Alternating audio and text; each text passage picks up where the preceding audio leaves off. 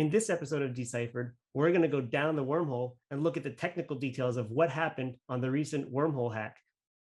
I'm Steven Walboehl, the CISO and co-founder from Halborn, and I welcome you to this episode of Decyphered. Wormhole is one of many bridges that allows users to exchange assets between different chains like Ethereum and Solana. Now, this isn't such a trivial task because they're coded in different programming languages. Solana is in Rust, and Ethereum smart contracts are mostly coded in Solidity. They can often create vulnerabilities that are unpredictable, unexpected, and haven't been discovered before. So Wormhole uses the concept of guardians, which are responsible for signing off for transfers between Solana and Ethereum. Now, these aren't people. This is logic coded within the contracts and programs of Solana.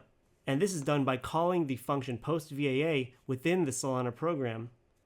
So the post-VAA function here in the program doesn't actually check the signatures, instead by calling the verify signatures function, which calls to the guardians and expects them to return a signature set that is valid so it can execute the transaction across the bridge. So while this verify signatures function is meant to take the signatures provided by the guardians and put it into a signature set, it doesn't actually do the verification itself. Instead, it's delegating it over to the SecP 256K1 program. Now, this is where the problem gets introduced.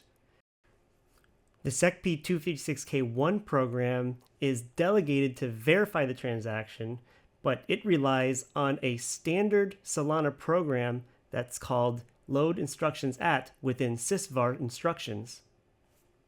This is a set of instructions that is considered a system account or built into Solana.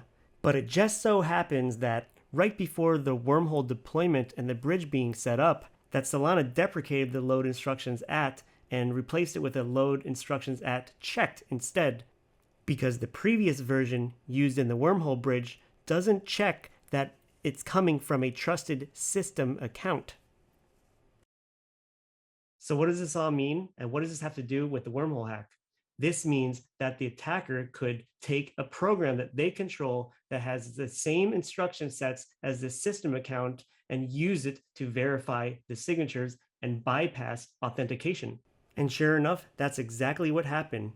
You could see a normal transaction on the left where verify signatures uses the sysvar instructions, and the one on the right that the attacker used, where they created 3 hours earlier their own account that had their own instructions used to trick the guardians and bypass the signature verification. And then once their signature was accepted, a signature set was made and sent to a function called complete wrapped, which would tell the bridge to go ahead and authorize the transfer of Ether outside the bridge and allow the attacker to withdraw all of it on the Ethereum side. So summarizing everything we just discussed, let's go through what happened step by step. The attacker first created a program on the Solana side that would allow him to bypass the signature validation that the guardians provided because they assumed it was a system account and not a user-created account. This was because of that deprecated function included inside of the wormhole bridge, load instructions at. Once that account was set up on the Solana side, the attacker called complete transfer on the Ethereum side wormhole bridge contract. With the correct encoding provided, it was sent over to the Solana side of the bridge and called post-VAA.